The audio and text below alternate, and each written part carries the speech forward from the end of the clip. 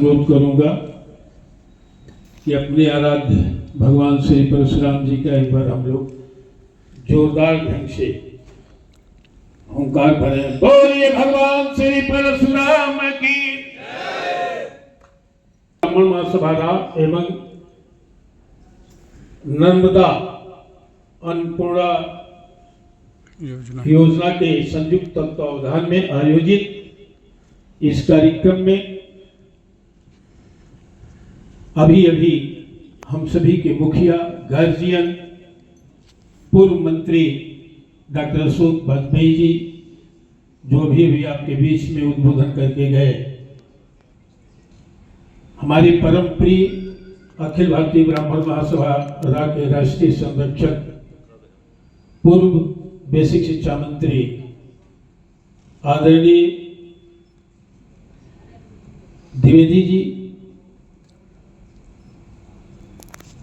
राष्ट्रीय संरक्षक supreme court के अधिवक्ता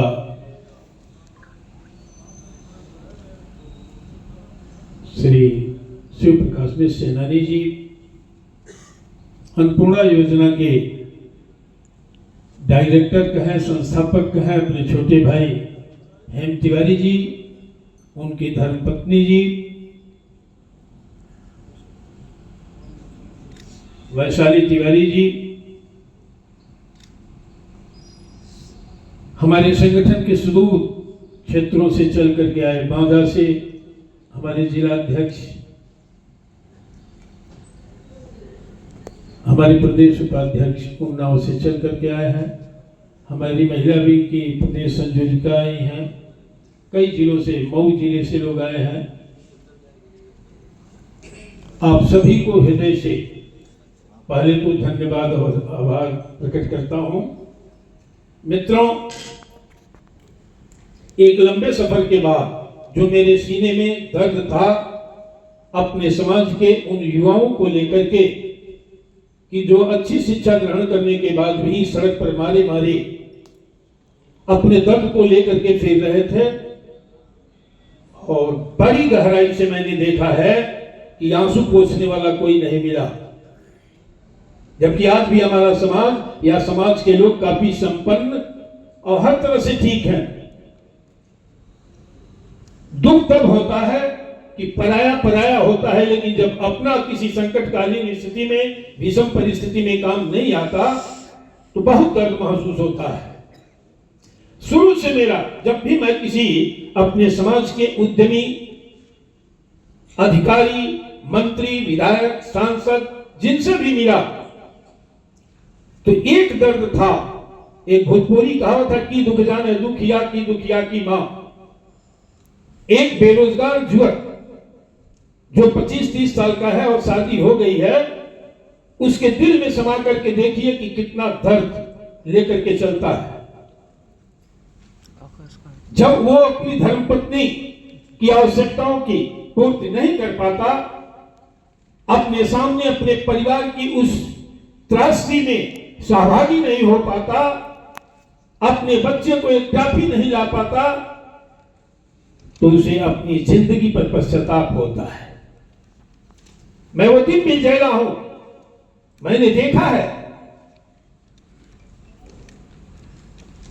मैं आदरणीय हेम तिवारी जी और उनकी धर्मपत्नी को हृदय से धन्यवाद देता हूं कि कम से कम उन बेरोजगारों के दर्द का मरहम आप बनने का कार्य किया। जब इन्होंने प्रस्ताव लाया कि मैं ब्राह्मण रोजगार योजना के तहत कार्य करना चाहता हूं, सभी वर्गों के लिए है और आपसे बड़ा किसी का संगठन नहीं है, हर जिलों में है, तो मैं चाहता हूं ब्राह्मण नौजवानों के लिए रोजगार उपलब्ध कराऊं। मेरा दिल गदगद हो गया। हमने कहा कि बहुत दिन से मैं इसको तलाश रहा था। मैंने इनसे कहा कि जो कुछ भी बन पाएगा पूरे प्रदेश में, मैं इस संस्था के द्वारा कुछ तो कर पाऊं। पूरा इस योजना के बारे में इनसे जानना चाहा। अभी इन्होंने प्रकाश डाला। हाई स्कूल इंटरमीडिएट करने के बाद यहां तक कि एमएससी बीएससी करके ब्राह्मण बच्चे फुटपाथ पर घूम रहे हैं रोजगार की तलाश में। सरकारी व्यवस्था यह है कि संविदा कर्मी आउटसोर्सिंग के तहत जो बच्चे हैं 9,000, 8,000, 11,000, 10,000 मैक्सिमम उनको वेतन दिया जाता है, खूब कस के मेहनत ली जाती है। अगर प्रदेश के किसी कोने से कोई ब्राह्मण बेरोजगार बच्चा लखनऊ में रह करके संविदा की नौकरी करके 10,000, 11,000 पाएगा तो उसका खुद का खर्चा नहीं चल पाएगा, वो अपने परिवार की परवरिश क्या कर पाएगा। ये इतनी महंगाई है, उतनी मेहनत का जितना हम संविदा में नौकरी करके स्वावलंबी बने, जितना हम समय गंवाते हैं, जितनी मेहनत करते हैं, उसका आधी मेहनत अगर इस योजना के जो संस्था की योजना है इसमें अगर वो काम करे तो आराम के साथ कम से कम जो उन्होंने बताया है 2-3 हजार रुपया पर डे वो कमा सकता है। वो मेहनत करे और इससे तमाम सीख भी मिलेगी। जैसा इन्होंने बताया कि कोई भूखा नहीं रहेगा। सड़क पर तमाम लोग धन के अभाव में अपनी लाचारी को लेकर के भूखों सोते मैंने देखा है। आज भी वो दर्द मेरे सीने में है। जब किसी भी जिले में जाता हूं तो सबसे पहले मैं इस पर प्रकाश डालता हूं कि हमारे समाज की आने वाली पीढ़ियां और दंश झेलेंगी और पूरी तरह से हमारे समाज का नौजवान भटकाव में है। तीसरी चीज जिनसे हम अपेक्षा करते हैं कि फला मंत्री है, फला विधायक है, फला सांसद है, मैं सोशल मीडिया पर देखता हूं सबसे बिगड़ा मस्तिष्क हमारे समाज के नौजवानों का हुआ है। एक भोजपुरी कहावत है कि जिस जेकरे खातिर चोरी करी वह कहे चोरवा। साफ शब्द में मैं बता देना चाहता हूं कि पूरे देश में, प्रदेश में ब्राह्मण हित की लड़ाई लड़ने का कार्य जितना मेरा संगठन और हमारे कार्यकर्ता करते हैं, शायद पूरे देश में इस तरह से पूरी निर्भीकता के साथ कार्य करने वाला कोई दूसरा संगठन नहीं होगा। उसके बावजूद भी सोशल साइट पर आकर के निंदा, आलोचना, गालियां और मर्यादित शब्दों का प्रयोग अगर कोई करता है तो ब्राह्मण ही करता है।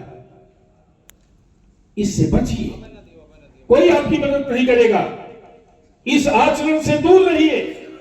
और कौन आपका हित चिंतक है, कौन हित चाहता है दिल से, इसकी भी खोज करिए। आज कोई आंसू पोंछने वाला इस समाज का नहीं है तो इसके लिए जिम्मेदार हम लोग हैं, खुद हैं।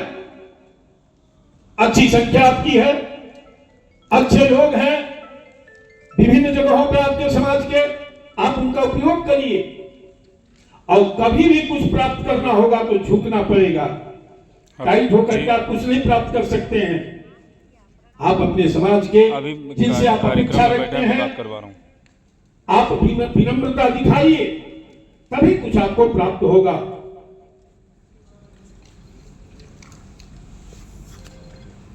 मैं इनकी बातों पर जाने से पहले